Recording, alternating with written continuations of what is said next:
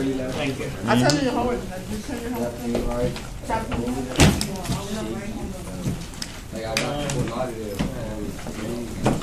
All right, let's get started here. Drawing modules.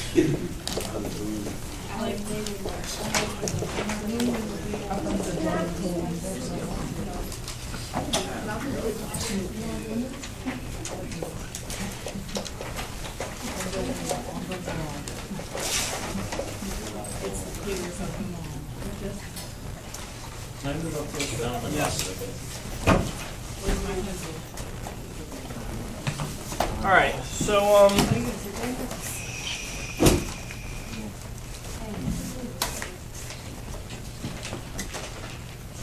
okay, so let's start off by drawing one atom. Let's pick something like oxygen, for example. How many valence electrons do we have? 6. So when we draw dot structures, we always assume like there's 4 sides, right? There's right, left, top, and bottom. And we imagine that that's it's a two-dimensional world, right? And so we put one electron in each, top, bottom, right, and left. Always do one in each first before you pair up any electrons. And then you pick any two and make a pair. So you need one more. Let's put one on top and one on the right. It doesn't matter where you pick. And so 2 of the sides, the top and the right side, are paired. The bottom and the left side are not paired. So here and here, we're going to say nothing's going to bond there. And then wherever you see one electron, there's like a space here for another electron. And the same thing over here, there's a space there. So like something can pair here, and something can bond here, and something can bond here. And so that's how you're going to do these. So really, it makes it pretty simple with these dot structures, because if you see something has 6, then basically you know 2 things are going to have to bond to it, or one thing's going to have to double bond to it. Either way, it's going to need 2 electrons to fill up the 8. So using this, let's say we want to draw dihydrogen. I can't write today. Monoxide. We're going to draw water. Okay. So we're going to take our oxygen there, and we're going to attach hydrogens. And hydrogen, we know, looks like this. It's just got 1 electron. So basically this electron, and let's make this one an X, if you guys don't mind, just so I can show which electron came from hydrogen and which electron came from oxygen when they stick together. So basically hydrogen is going to share its 1, and oxygen will share one of its unpaired electrons. So when they come together, it's going to be,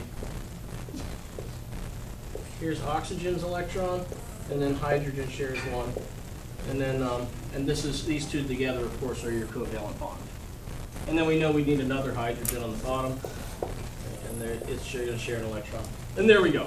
Our oxygen has 8 valence electrons, and our hydrogens have 2 valence electrons. And remember, hydrogen's that one weird one where it only needs 2 to be full, because that first shell only fits 2 electrons. So that's really it. Drawing these is that simple. You really just got to make sure you fill up to 8 electrons, all the atoms except for hydrogen, and then you probably did it right. 99% of the time, if you fill every atom up to 8 electrons, you did it right. Let's draw another one. Let's do carbon, tetra, chloride.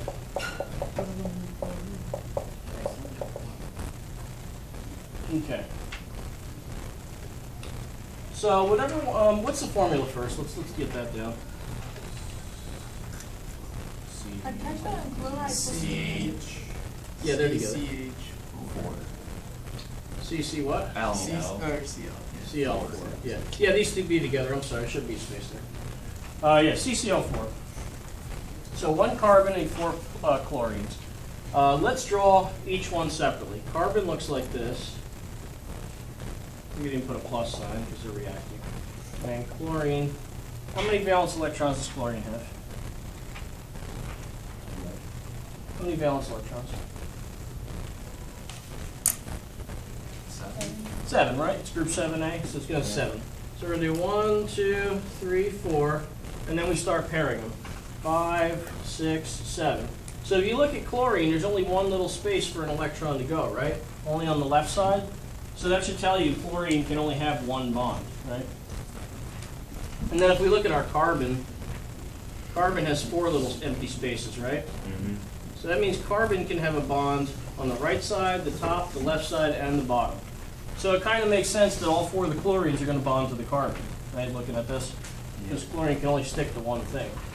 So when we draw the molecule, it's going to look like this. You put your carbon in the middle, and let's do X's for the carbon.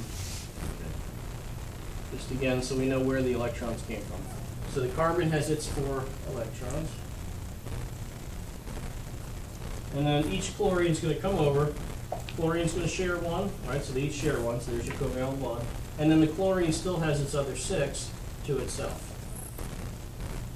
So this chlorine's done. It has 8 valence electrons. So that one's stable. Now we got 3 more chlorines that have to come up and bond. So one on the bottom shares an electron, keeps 6 to itself. Another chlorine comes over here, shares 1, keeps the other 6 to itself. And then finally, one on top shares an electron. And if you look carefully, our carbon has 8 valence electrons. All of our chlorines have 8 valence electrons. All of them are stable. They're happy, wonderful, yay. We did it right. Make sure everything has 8 valence electrons, except for hydrogen. All right, should we do one more? Yes. Okay, no. We got a mixed review. Let's do one more. Let's do, I'm actually going to do a couple more because I have to show you double bonds anyway. But let's do one more easy one, and then we'll do a couple of double bonds. Nitrogen trihydride. Extra credit if you can tell me the common name. Hydrogen. Yeah, it's ammonia. What's the formula going to be?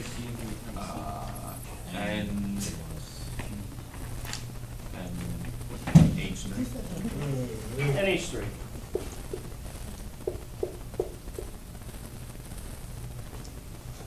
So again, you see 1 nitrogen, 3 hydrogens. You should automatically think to yourself, probably the 3 hydrogens are going to bond to the nitrogen, right? And that is how it's going to work out. But let's draw the nitrogens to kind of get an idea what this looks like. How many valence electrons for a nitrogen atom? 5, right? You look on the periodic table, it's group 5A. So we're going to do 1, 2, 3, 4. And then we got to put a 5th one somewhere. It doesn't matter. Let's do the top. So the top has a pair. Nothing's going to bond on top. Something can bond here. Something can bond here. Something can bond there on the 2 sides and the bottom. Hydrogen, each one has 1 electron, so they're just going to come up and share an electron. This one's going to come up, share an electron. This one's going to come up, it's going to share an electron. There we go. Our nitrogen has 8 valence electrons.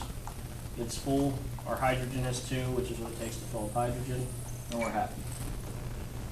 We good with that? Yep. All right. So let's do something slightly harder. It's really not if you get the numbers, right? And this is really just figured out numbers. Let's do carbon dioxide. Is it locked? Which one? Sorry about that. Let's do carbon dioxide. What's the formula for carbon dioxide? Why do you have to talk to people? CO2. CO2. Every time I hear a student's voice, I should just use it. All right. What do you want? What are you doing? Teaching?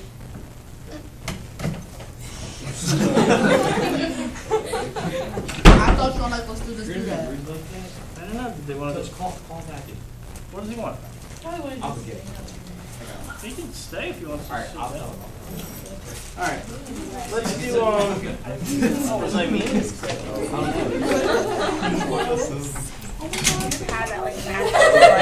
Did I?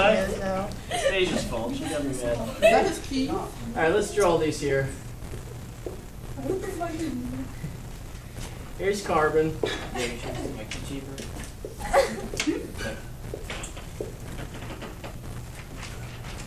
See, this is why, because now this is a disruption. Alright. I know, exactly, right? Let's start everything over. Everything's falling apart here.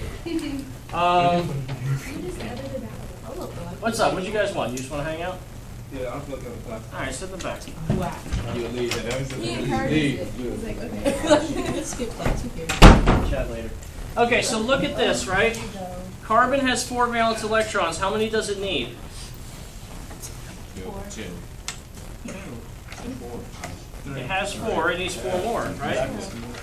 You get the 8. All right.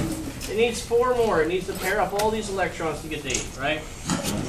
Oxygen has 6 valence. Okay, see, this is why I didn't want to let you in. Oxygen has 6 valence electrons. How many more does it need? It needs 2 more. Okay, you were thinking of oxygen. So oxygen needs 2. Carbon needs 4, right? And they're going to bond together. So here's the problem. There's only 2 oxygens to bond to this carbon, right? And it needs 4 electrons. So what does that mean? Yeah, each oxygen is going to have to give the carbon 2 electrons, and vice versa. So when they come together, make some space here. When they come together, they're each going to have to share a couple. So the carbon's here. It's going to share. Let's make these X's so that it's not confusing. The carbon's going to share 2 electrons, and the oxygen's going to share 2 electrons. So we're going to have a double bond, 4 electrons shared.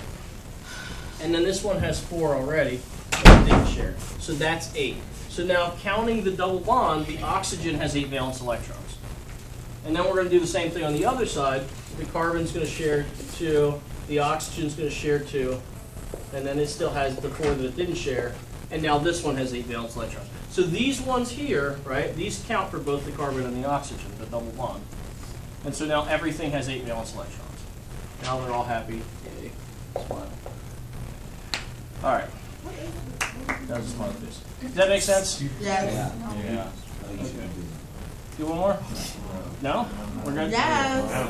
All right, listen. On the worksheet, there's 2 that have double bonds. I'm telling you ahead of time so you don't have to think about it. It's carbon dioxide and carbon disulfide. Those 2, huh? Yeah, it's going to be exactly like this, right? Carbon disulfide. It's going to be where sulfur, it takes the place of oxygen. Because if you think about it, sulfur and oxygen are very similar, right? They both have 6 valence electrons. So carbon disulfide looks just like carbon dioxide, just with S's instead of O's. So everything else on the worksheet will be single bonds, just these 2 will have double bonds with them. Good? Yes. All right. I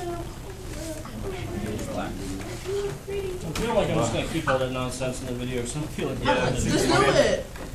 Oh wait. I'm Just appear in the